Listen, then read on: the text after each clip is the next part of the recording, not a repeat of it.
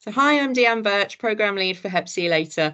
In today's podcast, I'm joined by Danny Morris, Midlands and West Regional Manager for the Hepatitis C Trust. Danny, thank you so much for coming to speak with us today. So, Danny, can you tell us a little bit more about your role and the work that the Hep C Trust do? Absolutely, yeah. My role, it's part of a whole system, really. I'm one of the regional managers. There are three of us that cover England and then support also activities and developments in Wales, Northern Ireland and Scotland. But my role is to support our local ODN, Follow Me peer support teams, really peer lead teams. So all the 24 odd ODNs across the UK, across England, sorry, are supported by peer support teams, Follow Me projects. It evolved considerably. The main objective of those teams, we recruit people with lived experience of hepatitis C, drug use, prison, combination of all. Recruit people as paid staff and volunteers, support our work to go out into the communities to increase awareness around hepatitis C, help people understand the risks associated with some forms of, for example, injected behaviour, how can they reduce those risks, encourage them and support them into testing. That's become much easier over the years, but historically people are quite wary about being tested. It's less so now, definitely. But we would then find people, support them, test them, and if needed, support them into treatments. If they were positive, we support them into treatment. But we only do that as a partnership with all those other kind of the network of services we work alongside. Obviously, principally the Hep C kind of nurses, the hepatology teams around the country. We're very, very close with them. And indeed, our kind of other obvious partners would be, local drug and alcohol service provision, is an obvious one where obviously we find or have found lots of people who have Hep C. But increasingly, our work now reaches out into communities beyond drug services. Basically, we're focusing on much more work into working with people who are much more disengaged, disenfranchised, typically people with experiencing significant health inequalities. People are often very, very wary. It's a subset. So if we're looking at largely communities of people who inject drugs, not exclusively, but largely, within that, there are definitely kind of cohorts, if that's the right term, people who find it much, much more difficult to come forward, and it might be people from Eastern European communities, it might be women, for example. I mean, there's a whole range of communities within that broader kind of population of people who've been at risk, who sometimes find it quite difficult or aren't particularly well resourced to access services, to access health and social care. So our staff are very much trained and support people to bridge those gaps, if you were, to give reassurance to people, to give comfort to people, to help them realise that having a Hep C test can make a massive and profound difference to them if they are positive and we support them into treatment. To this day, and it's still quite surprising, many people are really wary about treatment. It's so much easier, and that's a message we still have to give across. I say this now, I mean, it's interesting, over the last sort of 3 or 4 years, it's certainly changed, but we are consistently finding people who are wary about being tested for their own reasons, and the point is we're able to offer reassurance. And I think it's still, I don't know if humbling is the right term, but it's certainly kind of a reminder. I'm frequently hearing from my colleagues who are out there doing all the hard work, they're testing people, and how often they give a positive test result, Hep C test result to somebody who was expecting it, but still gets really distressed and upset on hearing the news. And the benefit of our peers, of our staff, is that we can literally wrap that comfort around them. Don't worry. And we say that in confidence because we've developed such a close relationship now with kind of the hepatology teams, with the CNSs, with the clinical nurse specialists who are treating for Hep C. We get almost rapid response increasingly. It used to take months and months, but it's often within weeks, sometimes days. So we don't just get that person tested and then support that person to treatment. We follow them all the way through. So we have that opportunity of buddying someone really, and assist them. And it means then that we can as part of our remit, we can just help with some practical issues. We can help them with a referral into a drug service, or perhaps take them to a GP for other health conditions. As part of that package while they're going through the Hep C treatment, which is typically 8 to 12 weeks. And after that period, we generally say goodbye. We will hold on to people, as it were, on our case books if people require ongoing monitoring, perhaps if they're cirrhotic, so if they've their liver disease is quite advanced and they need ongoing monitoring, then we will still be there for that as well. So it's interesting. As I'm talking it through, it's quite a difficult thing to describe sometimes. It's that very much, I think we have the luxury, if you like, of developing relationships with people who are often very vulnerable, marginalised, and not that well equipped to access services. Many are in drug treatment services, but don't necessarily engage particularly well. They may be on substitution therapy, for example, but where they don't have a huge amount of kind of contact with the service. We can help build those bridges back end. And I think we're very fortunate, as I said. I think largely because we're not in a position of authority, and that makes a massive difference. You can work with us. We'd love to work with you. If not, that's okay. It's very, very different. So I think, I wouldn't want to overdo our relationship building, because we're in a very strong position to be able to foster good relationships with the people that we work with, and that's key to the whole elimination package. That's the bit that we do. Right, the hepatology teams, the Hep C teams do their part of the deal, and everybody else, drug services and all the other partners, homeless services, probation, hospitals, whatever it may be, do their part. So I think what our peers have managed to really effectively over the last couple of years is become more nuanced in their work, certainly more skilled. I think, our peers now, from to just providing educational programs and testing, are now utilising, quite sophisticated technology to test. Some of our staff are trained in using Cepheid machines, gene expert machines, some FibroScans. In some areas our peers have been asked, there's discussion, it's early days, about delivering Hep B testing, vaccination, for example. So as we're expanding, many of our roles are slowly evolving into that kind of health inclusion arena. It's not our primary function at all, but I think we're increasingly being asked, because what our teams are good at are connecting with vulnerable, marginalised people, and bringing them on board. So that's a long way around of saying that's what they do. Right, that's what my staff do. So, obviously, there's a lot of work that goes into that relationship building. What does that actually translate into in terms of testing and treatment in the community? Do you have an idea of the numbers of people that you've supported over the years, or the number yes. of people you've tested? Absolutely. Over the last few years, we've engaged around 50,000 people. Bear in mind, I think there's now 130 of us. We've grown, by the way, massively.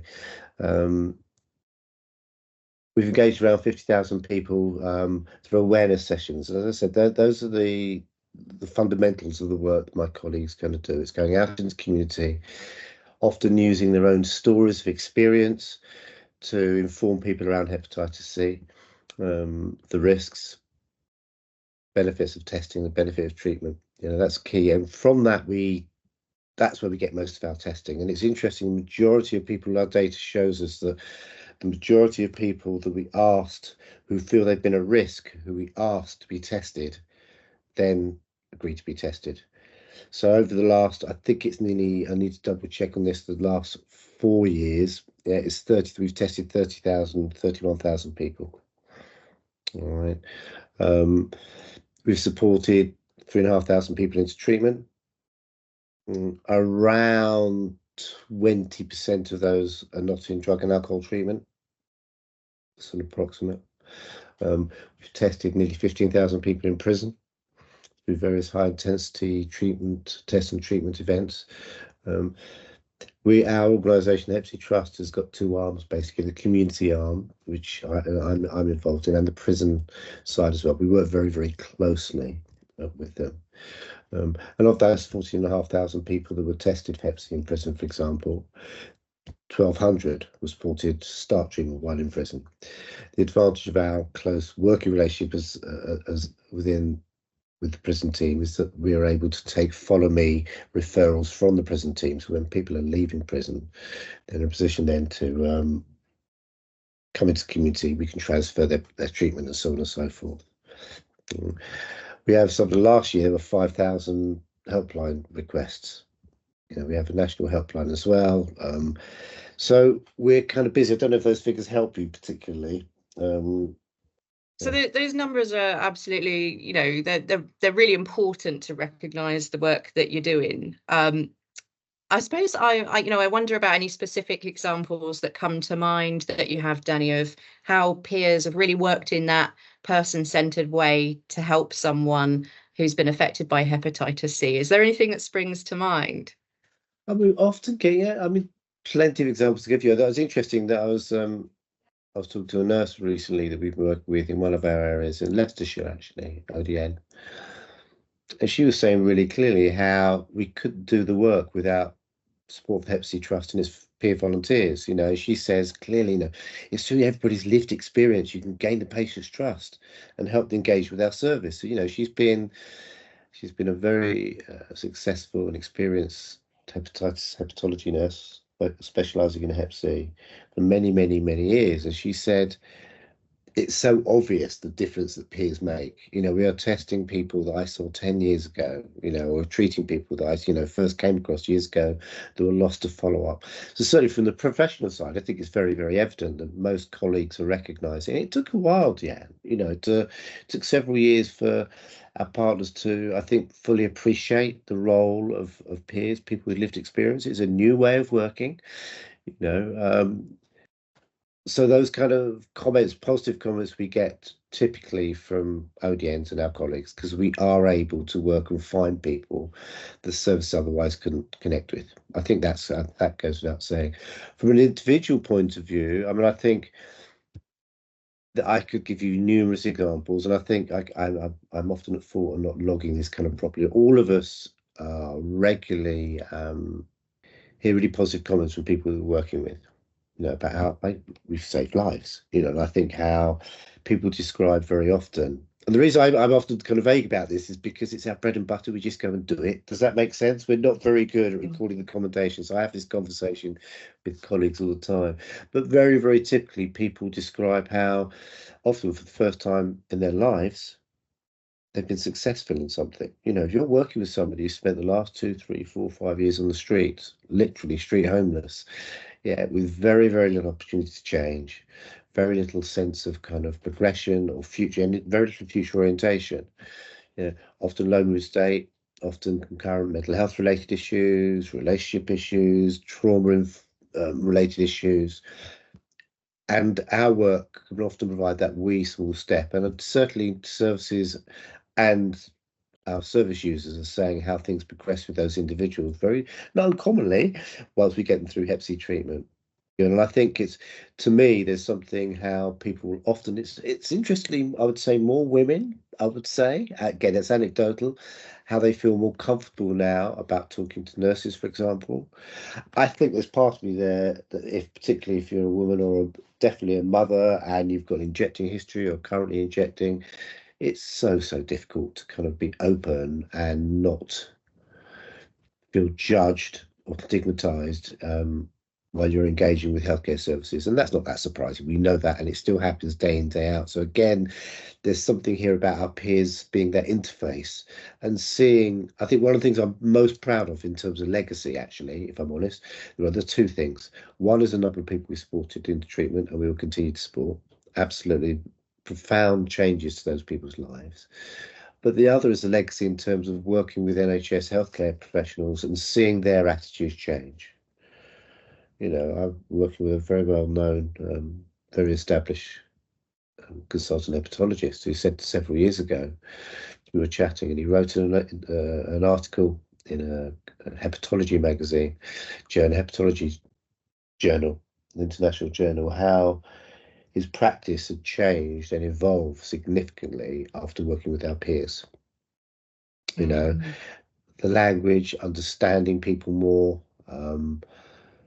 You know, he's clearly very skilled without, but he said it gave him another dimension. He described as having gave him another dimension to his work, understanding, working closely with people who were particularly vulnerable. And I don't want to overdo it. There are plenty of people with Hep C that are not vulnerable. You know, I think we need to be quite clear about that. But there are many significant numbers, you know, that have multiple complex kind of needs. And it's finding the connection with them, and that's what peers do. And that it's a little bit of magic, really, but it's clearly what peers can do, and it's clearly, you know, some of it's very simple. Look, yeah, I know I was there. Look, this is where I've been. Like, you know, sometimes it's that. Sometimes it's just a word. You know, I count myself as a fairly skilled practitioner. A bit longer than two. That, you know, and I get so much joy watching some of our staff just have a quick word with somebody and how it can transform their response. You can see how they can engage. You know, it's so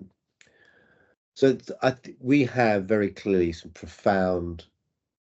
We see profound changes in people, not just in terms of their Hep C treatment, but also how they then engage in other aspects of health, self-care, or their family, their networks. You know, apart from anything, getting rid of Hep C relieves a huge burden. We're sometimes a bit complacent about Hep C because it can be so easily treated. You know, it is a huge burden. You know, it makes me think actually. One of these quite a sad kind of comment. I mean, it's good for 3-4 years ago. I was working with somebody when I was doing a bit more on the groundwork. This couple, we tested them. Both been kind of street homeless on and off over a period of several years. And she was trying to gain access to her kids and has had intermittent kind of contact with her children. You know, and gave her the test result, and she was just traumatized by it. But why is it? Can I cuddle my children? And you kind of realize when she said that. So I'm seeing my kids this weekend. Can I cuddle them? Because I've got Hep C. And you suddenly realize that the barrier that's there often still for people and the stigma that people with Hep C face, their inability to, people often won't talk to their friends or their family about it. It's a very, very isolating thing. And again, so what our peers do, our staff do, our peer volunteers do, people with lived experience do so well, is bring people out of that isolation. I think for me, first and foremost, it's a really, really powerful thing to see happening. And something I'm really proud of. I think, you know, seeing my colleagues work and achieve in the way they do is quite remarkable. Seeing how our volunteers, who are central to the work that we do, we've got something like around 125 volunteers at the moment, active volunteers. We put a very robust training package in for all our volunteers. They don't just do things that we don't want to do. You know, they get afforded access to full training. They undertake all the kind of mandatory training courses that we do. They're given huge opportunities. And our last look, over 30% of our volunteers go on to full-time employment. Okay, which is quite an amazing thing. It really is an amazing thing. And typically, we get really proud at how they achieve what they achieve and how they go on. And then there's a sense of they've worked within an organisation that treats people well, with dignity and respect. And we'd expect that the same of the people who use our services, right? And that clearly kind of happens. It's almost natural to them. So there's so many examples. I'm actually interviewing for a couple of roles on Thursday. And two of the people applying are former volunteers now, and the standard of their application form are amazing. You know, I know that 2-3 years ago, they were a long way from that. And so, yeah, we are fully committed and absolutely committed to our network of volunteers, without which we couldn't do the work that we're doing. There's no question about it at all. But I think the deal is that we will look after them and do whatever we can to allow them to evolve and develop, yeah, and move away from us and become independent and in other fields, or come and work for us if the opportunity arises. So, yeah, and they're all brilliant, you know, because they champion the rights of every person who's out there, you know, to receive effective testing, treatment, and care. You know, they're amazing advocates for good quality service. Brilliant. Thank you so much for joining us today. And to everyone who's listening, if you'd like to know more about hepatitis C, explore our resources, or get in touch, please visit our website, hepclater.com. Or if you want to know more about the work of the Hepatitis C Trust, visit hepctrust.org.uk.